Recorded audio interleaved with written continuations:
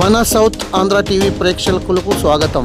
ఈరోజు వార్తల్లో అర్థాంతరంగా నిలిచిపోయిన రాయదుర్గం ప్రభుత్వ ఆసుపత్రి భవన నిర్మాణ పనులను వెంటనే పూర్తి చేసి ప్రజలను మెరుగైన వైద్య సేవలు అందుబాటులో తీసుకురావాలని రాష్ట్ర ఆరోగ్య శాఖ మంత్రి సత్యకుమార్ యాదవ్ గారిని అసెంబ్లీలో ప్రభుత్వ విప్ ఎమ్మెల్యే కాలువ శ్రీనివాసులు కోరారు. ధన్యవాదాలు అధ్యక్ష. ప్రాథమిక ఆరోగ్య కేంద్రాలకు సొంత భవనాల నిర్మాణం అనేది చాలా ముఖ్యమైన అంశం అధ్యక్ష. గ్రామీణ స్థాయిలో ఆరోగ్య విషయాల్లో మంత్రి గారు చూపిస్తున్న చొరవ చాలా ప్రశంసనీయమైనది. ఎందుకంటే నా నియోజకవర్గంలోనే ఈ మధ్య కాలంలో 35 విలేజ్ హెల్త్ సెంటర్లకు శాశ్వతమైన భవనాలను నిర్మిస్తూ ఉన్నాం.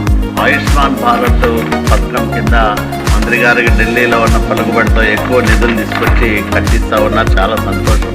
నా దగ్గర సిహెచ్సి ఆసుపత్రి భవన నిర్మాణం అభ్యంతరంగా ఆగిపోయింది అధ్యక్ష. రాయదుర్గం మంత్రి గారు కూడా మొన్న చూశారు.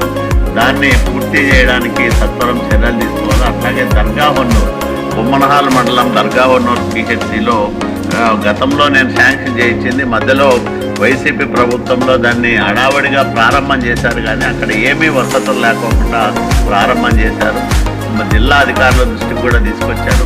దానికి తగిన వసతులు కల్పించాలి అధ్యక్ష. ఏమీ లేకుండా అక్కడ డాక్టర్ ఉండడానికి కూడా లేదు, కూర్చోవడానికి కుర్చీ కూడా లేదు. అట్లాంటి అంటే మెడికల్ ఎక్విప్మెంట్ ఏమీ లేకోకుండా హడావుడిగా అప్పట్లో ప్రారంభం చేశారు అధ్యక్ష. దయచేసి ఈ విషయాలపైన మంత్రి గారు శ్రద్ధ పెట్టి వాటిని తీర్చాలని మీ ద్వారా విజ్ఞప్తి చేస్తున్నాను అధ్యక్ష.